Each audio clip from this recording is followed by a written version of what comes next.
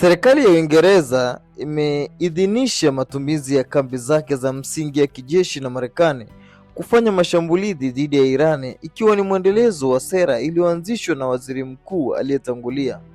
Kulingana na ripoti zilizotolewa, waziri mkuu mpya wa Uingereza Andy Burnham, ambaye ameapishwa hivi karibuni, ameidhinisha matumizi ya msingi ya Uingereza kwa mashambulizi ya Marekani dhidi ya Iran. Uamuzi huo unafuata sera sawa iliyoidhinishwa na mtangulizi wake Keir Starmer.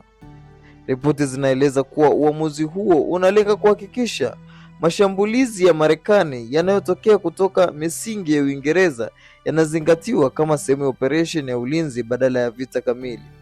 Bombenge aliripoti Jumanne kwamba waziri mkuu mpya ameunga mkono matumizi hayo. Aidha, mtangulizi wake aliketi na mawaziri na maafisa Jumatano ili kujadili sera ya Uingereza kuhusu vita hiyo.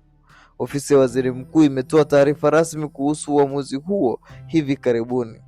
Uamuzi huu unakuja wakati wa vita ya Marekani na Iran jinsi inavyoongezeka kila kukicha. Rais wa Marekani Donald Trump alionya Jumanne kwamba kituo cha nyuklia cha Iran kilichopo mlima PX kinaweza kuwa shabaha iwapo suluhu ya kidiplomasia itashindwa. Hata hivyo, Iran imetoa onyo kali kwa nchi za magharibi zinazoshirikiana na Marekani katika mashambulizi yake dhidi ya Iran. Iran imeonyesha kuwa inaweza kufanya mashambulizi makali dhidi ya nchi hizo ikiwemo Uingereza. Iran imewatahadharishia nchi za magharibi kwamba zinaweza kukabiliwa na hali ngumu, ikiwa ni pamoja na upungufu wa mafuta kutokana na kufungwa kwa mlango wa Hormuz na pia kushambuliwa moja kwa moja. Ikumbuke kwamba umbali kati ya Uingereza na Iran ni zaidi ya kilomita 4,000, lakini Iran inaaminika kuwa na makombora yanayoweza kufika Uingereza na baadhi ya nchi za Ulaya.